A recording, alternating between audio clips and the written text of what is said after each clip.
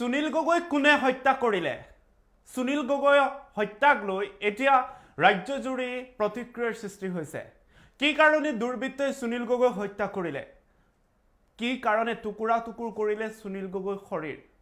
তাক লৈ বিস্ফোৰক তথ্য আহি পৰিব কিন্তু এই মুহূৰ্তত জনাই ল'ব বিচাৰিছো ঘটনাস্থলীত উপস্থিত হৈছে গৈ মন্ত্ৰী ৰনোজ পেগু লগতে আৰক্ষী অধীক্ষক আমি দৃশ্য দেখুৱাইছো ইয়াৰ দৃশ্য ঢকুৱাখনৰ দৃশ্য ঢকুৱাখনৰ ঘিলামৰা জনস্বাস্থ্য কাৰিকৰী বিভাগৰ কাৰ্যবাহী অভিযন্তা জয়ন্ত গোস্বামীক দুৰ্নীতি নিবাৰকৰ হাতত ধৰা দিয়াৰ সন্দেহতে ঠিকাদাৰ সুনীল গগৈক আততায়ীয়ে হত্যা কৰাৰ সন্দেহ কৰা হৈছে শনিবাৰে গধূলি ঢকুৱাখনৰ হাপটিয়া গাঁৱৰ নিজা সুমনিলৈ যোৱা অৱস্থাত কোনো লোকে হত্যা কৰি পেলাই থৈ গৈছিল আৰু তাৰ পাছত ডিঙি মূৰৰ যিটো কটা মূৰ আছিল সেই মূৰ বৰ্তমানো পোৱা নাই আৰু আৰক্ষীয়ে তদন্ত অব্যাহত ৰাখিছে ইতিমধ্যে জনাই আছো ইয়াৰ পাছতে সমগ্ৰ ঘটনাক লৈ প্ৰতিক্ৰিয়াৰ সৃষ্টি হৈছে যিটো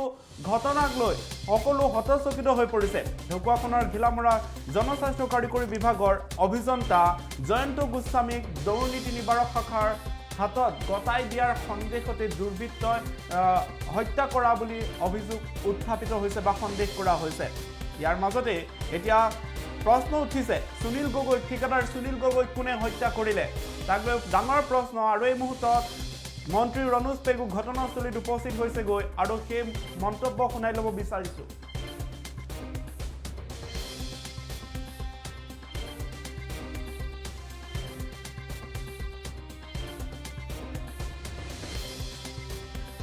সুনীল গগৈ খুব এজন সৰবৰহী সক্ৰিয় আৰু যথেষ্ট এণ্টাৰপ্ৰাইজিং যুৱক আছিল মই দীৰ্ঘদিনৰ পৰা তেখেতক ব্যক্তিগতভাৱে জানো তেখেতৰ এণ্টাৰপ্ৰিনাৰশ্বিপ মই জানো সকলো কামত তেখেতে উদ্যোগ লয় আৰু তেখেত এজন খুব সৎ আৰু খুব বলিষ্ঠ লোক আছিল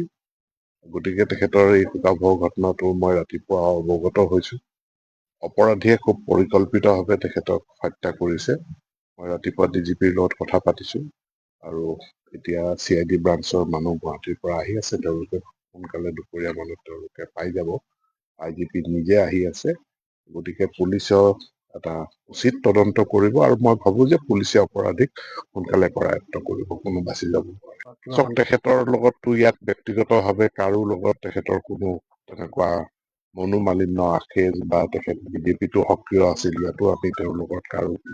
হেৰি কথা নাজানো আমি সকলোৱে তেখেতক সৰবৰহী বুলিয়েই জানো আৰু এজন সমাজকৰ্মী বুলি জানো শেহতীয়াভাৱে পাব্লিক হেল্থ ইঞ্জিনিয়াৰিঙত দুৰ্নীতিৰ বিৰুদ্ধে তেখেত এটা পৰিচয় গতিকে সেইটো কানেকশ্যনো থাকিব পাৰে পুলিচে তদন্ত কৰিব বিজেপিৰ সক্ৰিয় কৰ্মী এজন ঠিকাদাৰ সুনীল গগৈ কোনে হত্যা কৰিলে তাক লৈ এতিয়া বৰ্তমান ৰহস্যৰ আৱৰ্তত সোমাই পৰিছে আনহাতে দুৰ্বৃত্তই সুনীলৰ শৰীৰ টুকুৰা টুকুৰ কৰাৰ পাছত মূৰটো কাটি লৈ যায় আৰু বৰ্তমানৰ আৰক্ষীয়ে সুনীল গগৈৰ যি মৃতদেহৰ অংগ সেই অংগ বিচাৰি অভিযান আৰম্ভ কৰিছে ইতিমধ্যে ঘটনাস্থলীত উপস্থিত হৈছে গৈ আৰক্ষী অধীক্ষক আৰু সমগ্ৰ ঘটনাৰ সন্দৰ্ভত আৰক্ষী অধীক্ষকে কি ক'লে সেই মন্তব্য শুনাই ল'ম তাৰ পূৰ্বে জনাই লওঁ যে সুনীল গগৈ কি কাৰণে হত্যা কৰা হ'ল তেওঁৰ সন্দৰ্ভত হত্যাকাণ্ডৰ সমগ্ৰ ঘটনাৰ সন্দৰ্ভত তেওঁৰ পত্নীয়ে কি ক'লে সেই সমগ্ৰ তথ্য জনাবলৈ চেষ্টা কৰিম আৰু বিস্ফোৰক তথ্য আছে প্ৰথমতে শুনাই ল'ব বিচাৰিছো আৰক্ষী অধীক্ষকৰ মন্তব্য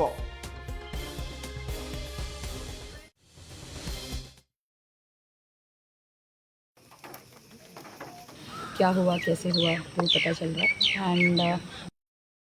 पूरा तरीके से जल गया है अभी बहुत साइंटिफिकली एविडेंस कलेक्ट होगा तो उसके बाद ओनली आफ्टर पोस्टमार्टम एग्जामिनेशन क्या हुआ कैसे हुआ वो पता चल रहा है एंड बाकी तो ग्राउंड लेवल जो इंटेलिजेंस है वो हम कलेक्ट कर रहे हैं इंक्वायरी चल रही है फॉरेंसिक साइंस लेबोरेटरी से तो जब टीम आएगा और बाकी जो साइंटिफिक एविडेंस का कलेक्शन होगा एक टीम ऑफ फॉरेंसिक डॉक्टर्स भी आएंगे तो उसके बाद ही पता चलेगा कि कैसे डेथ हुआ पोस्टमार्टम एग्जामिनेशन किया जाएगा एंड बाकी जो ग्राउंड लेवल बाकी खबर वगैरह ले रहे हैं या মন্তব্য শুনিবলৈ পালে আৰক্ষী অধীক্ষকৰ মন্তব্য আৰক্ষী ইতিমধ্যে ঘটনাস্থলীত উপস্থিত হৈছে গৈ আৰক্ষী ঘটনাস্থলীত উপস্থিত হৈ তদন্ত আৰম্ভ কৰিছে কোনে হত্যা কৰিলে সুনীল গগৈ আনহাতে হত্যাকাণ্ড সমগ্ৰ ঘটনাৰ সন্দৰ্ভত বিস্ফোৰক তথ্য আহি পৰিছে তেওঁ পত্নীয়ে বিস্ফোৰক অভিযোগ উত্থাপন কৰিছে সন্ধিয়া হ'লে তেওঁ সদায় ওলাই যায় কেইদিনমানৰ পৰা তেওঁ ভাত দিলেও ভাত নাখায় মজিয়াত ঢাকি থোৱা ভাত মজিয়াতে থাকিলে বুলিও মন্তব্য কৰিছে আৰু আহিব বুলি ভাবি আছিল যদিও নিশা 12 বজালৈকে দুপৰ মাজ নিশালৈকে নাহিল তেওঁ আৰু ফোনলৈ মোক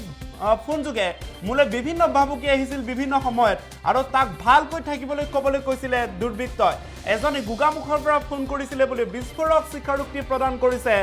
সুনীল গগৈৰ পত্নীয়ে আমি জনাইছো সেই গুৰুত্বপূৰ্ণ খবৰটো আৰু সুনীল গগৈৰ পত্নীয়ে ইতিমধ্যে বিস্ফোৰণ ঘটাইছে কেইবাটাও মন্তব্য কৰিছে যে মজিয়াত ঢাকি থোৱা ভাত মজিয়াতে থাকিলে আৰু তেওঁ ওলাই যাম বুলি কৈছিলে তাৰ পাছত সুমনিলৈ যোৱাৰ কথা কৈছিলে কিন্তু সেই যোৱাৰ পাছৰ পৰা নিশা 12 বজা পৰ্যন্তলৈকে নাহিল সুনীল গগৈ আৰু ফোন কৰি তেওঁক বাৰম্বাৰ বহুকেইটা ভাবুকি দিছিল বহুকেইজন লোকে কাৰণ ঢকুৱাখানাৰ জনস্বাস্থ্য কাৰিকৰী বিভাগৰ অভিযন্তা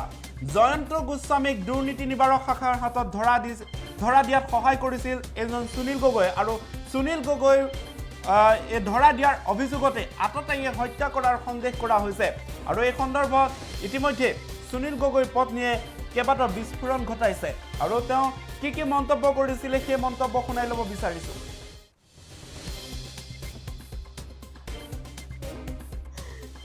ভাত খাই ভাগে ভাগে শুলে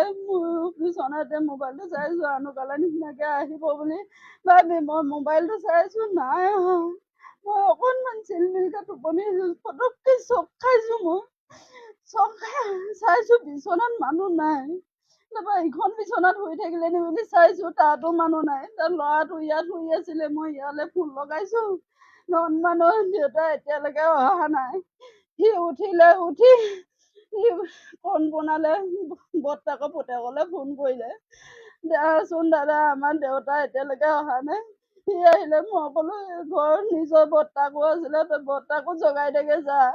সেই বৰ্তাকো আনি তিনিওটা ওলাই গৈছে মই বোলো পোহৰ চোহৰ পথাৰৰ ফালে পাওঁ নেকি চাই যাবি তাৰপৰা মই ভিতৰত গৈ চাইছোগে আনুকালে দাখন লৈ যায় আজি দা চাই একো নিয়া নাই ৰাতিলে থাকোঁতে মোক মানুহে ফোন কৰি কয় তাক ভালকৈ থাকিবলৈ কবি তাৰ কাৰণে মানুহ মাৰিম বুলি কৈছে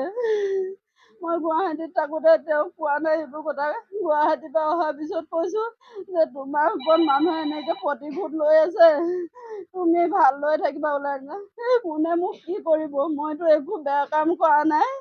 দুদিনমান মানুহে খং খাব ভাল হৈ যাব এনেকৈ বুলি কয়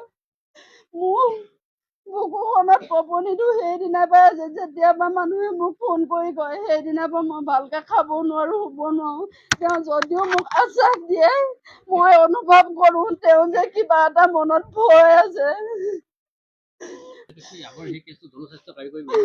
সেইটো কাৰণেই হৈছে